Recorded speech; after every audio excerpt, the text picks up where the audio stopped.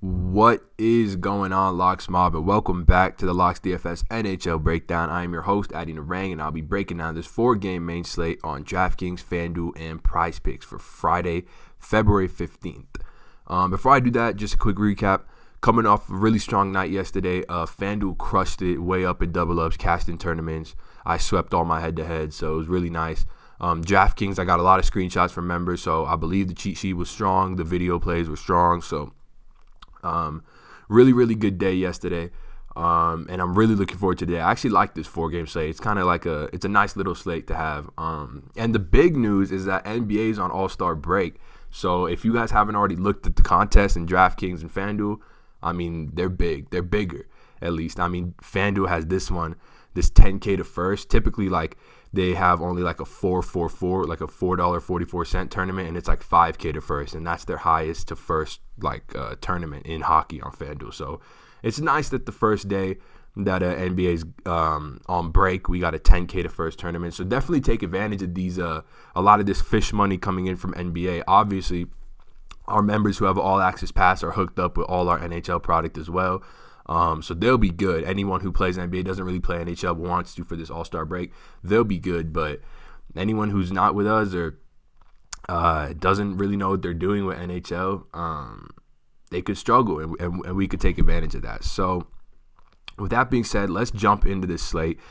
Since it is a 4-game slate, I'm not going to talk about every game individually. I feel like that might just go a little too long, because you guys know I like to ramble. So I'm just going to talk about a few of my favorite plays at each position, at each price point, and we'll go from there. So looking at the top, I mean, you can't go wrong with any of I'll cut it from Aho up. You can't go wrong with any of these guys. My thing with Bergeron in Boston is they're in an awesome spot, obviously, versus an Anaheim team that is second or that is last on I filtered it by these 8 teams, and I have Anaheim as the worst expected goals against per 60. They're a little bit healthier now, so take this with a grain of salt that they're probably not going to be this bad, but they're still not a great defensive team. So, but my thing with Boston is just a little bit expensive. I might go to some of the value there. Not too interested in McDavid. I mean, you could always play McDavid, but for me, I think I'm going to go with Sebastian Aho here. Big fan of Carolina in this spot versus Edmonton. Edmonton, horrible 5v5 defense, as you guys saw. They're second worst out of these 8 teams in expected goals against per 60. Carolina's first in the entire league in expected goals for per 60. That's partially because ICF per 60 is just like or I should say expected goals for per 60 is sort of a product of iCourse for per 60, and iCourse for per 60 is just how much guys shoot the puck towards the net, whether it gets on net or not. It's just how many times they shoot the puck in the net's direction. And Carolina's sort of team philosophy, is just to shoot the hell out of the puck. Like, they shoot it from everywhere. I believe they had, at one point I sent out a tweet that they had 15 guys that had an iCourse for per 60 above 12, which is absurd. You don't see that on NHL teams. So take their expected goals for per 60 with a little bit of grain of salt, knowing they just shoot the puck from everywhere. But they're still probably the most talented offensive team on this slate. Aho, third highest iCourse for per 60 on the team, sort of drives everything for this offense. Power play leader on that, power play 1. Centers the first line with Nino Niederreiter and Justin Williams. Skates a bunch of minutes, and has a great power play matchup as well. Edmonton, a team that is second from the bottom, just above Chicago in penalty kill percentage. So they have an awful penalty kill. You want big exposure to this Carolina power play 1. So I think that starts with Sebastian Aho for me. Scrolling down a little bit, the next thing I wanted to talk about is Mikael Granlund. So I think this spot for Minnesota is so New Jersey's been a team we've really been targeting as far as high danger chances allowed. They're shored up a little bit over the past 5 games. I have them as being a little better than they were prior to that, when they were in the bottom 5 in the league. But the fact of the matter is that it's still the third worst expected goals against per 60 on the slate. Still a team that is talented, but is missing their best player in Taylor Hall. They may be missing Blake Coleman. They're also missing someone else. Oh yeah, Miles Wood is out. Sami Vatanen is out. So they're really banged up.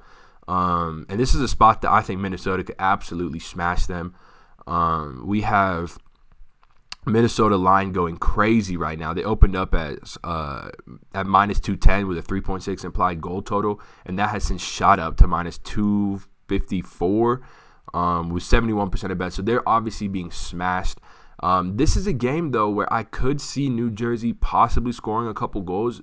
They've been decent offensively, and Minnesota's missing Mikko Koivu. And we saw earlier in the year when Mikko Koivu, who's their shutdown center, goes out or is on the DL or hurt or something, Minnesota tends to be a pretty bad defensive team as opposed to how they typically are, which is like amazing, as you can see by their expected goals against per 60 being 1.91, the best on the slate.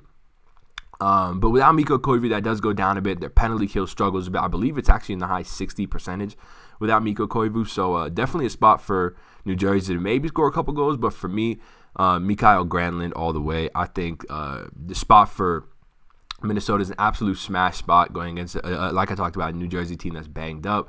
Mikael Granlund shoots the puck a lot. And the biggest thing with him is he's been getting crazy minutes. This whole line, this Parise, Mikael Granlund line, has just been getting like almost Connor McDavid-esque minutes, like in the 23 to 25 range. And so I'm a big fan of them. I'm a big fan of both of these Minnesota lines. I think the other line is let me just click this in real quick.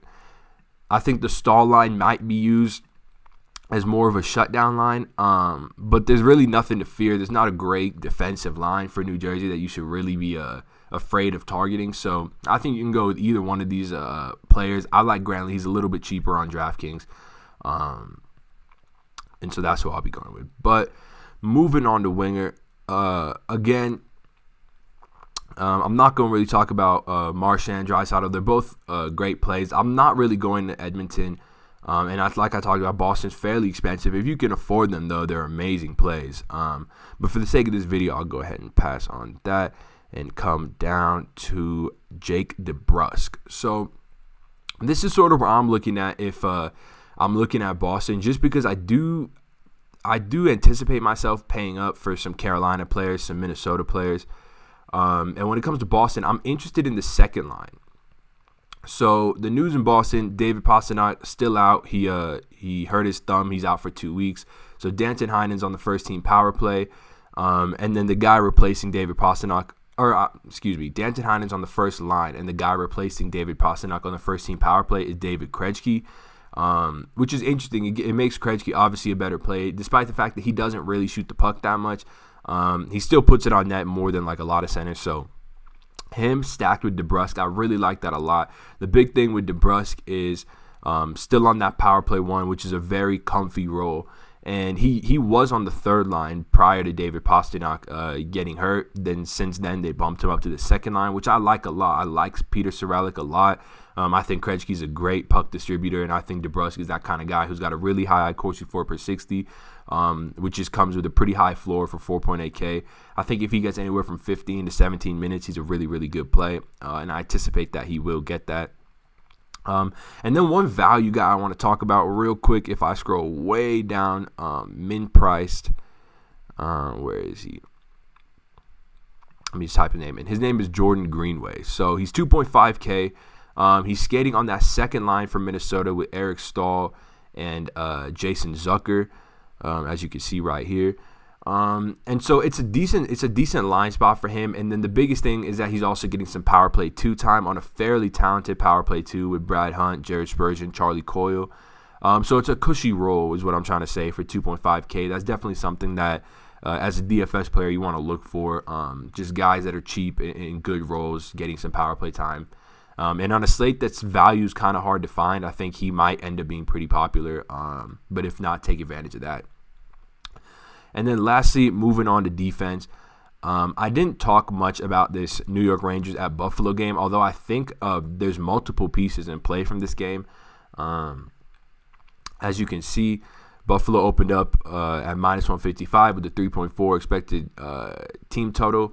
They've received 67% of bets and have dropped from minus 155 to minus 145. As you guys know, we call this reverse line movement. It means that this 33% of the money, or this 33% of people betting contains more money than this 67%, and that's influenced the line. I do think there's some Rangers in play as well as some Buffalo Sabres in play, primarily because the Buffalo has a very bad expected goals against per 60 at 5v5. They're not that good, and the Rangers, they're bad at 5v5 as well, but they're dreadful on the penalty kill. I believe they're the 8th, maybe 6th worst team. Yeah, right here. They're the 6th worst team in the league in the penalty kill, so definitely something you want to take advantage of, and I think the guy we can take advantage of that with is Rasmus Dahlin. So Rasmus Dahlin, Ristolainen's on that power play one as well. But last game they had Evan Rodriguez there, so keep watching that, because if Ristolainen's on that power play, I do like Dahlin a little bit less. I think you can actually play Risto as well.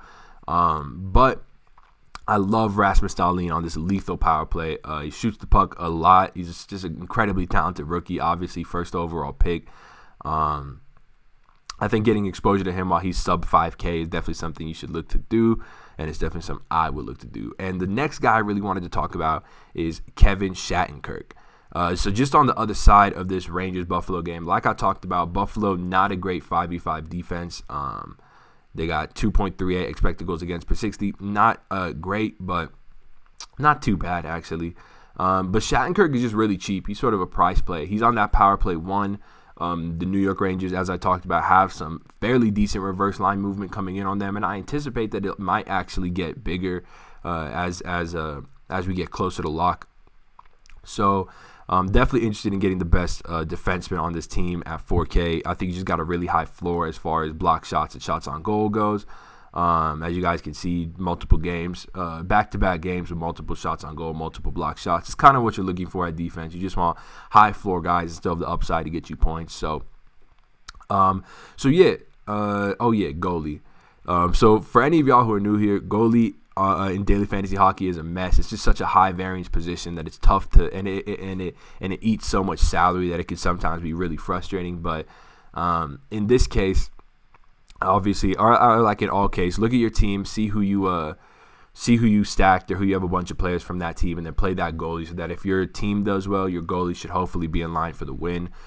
For me, I might go with Devin Dubnyk, even though I said New Jersey is going to score or could score a few goals. Minnesota's sort of philosophy is to allow a lot of low-danger shots, so I could see New Jersey piling up a bunch of shots in this matchup, but from low-danger areas, which could allow Dubnyk to pile up quite a few saves. Curtis McElhinney, obviously in play. And then the goalie versus Carolina is always the GPP goalie of the slate because of the fact that Carolina just shoots the puck from everywhere. So Mikko Koskinen, even though I don't think Edmonton wins this game, he's in play if you believe so. So with that being said, guys, thank you so much for checking out this video. Please do like, comment, and subscribe. You will be entered into winning a giveaway for a free season pass, either NBA, NHL, sports bet, college basketball, soccer, whatever you want. Just let us know. Let me X out of that. Just let us know. All you got to do is like, comment, and make sure you're subscribed. And with that being said, I hope you guys win a ton of money tonight, and I will see you later. Peace.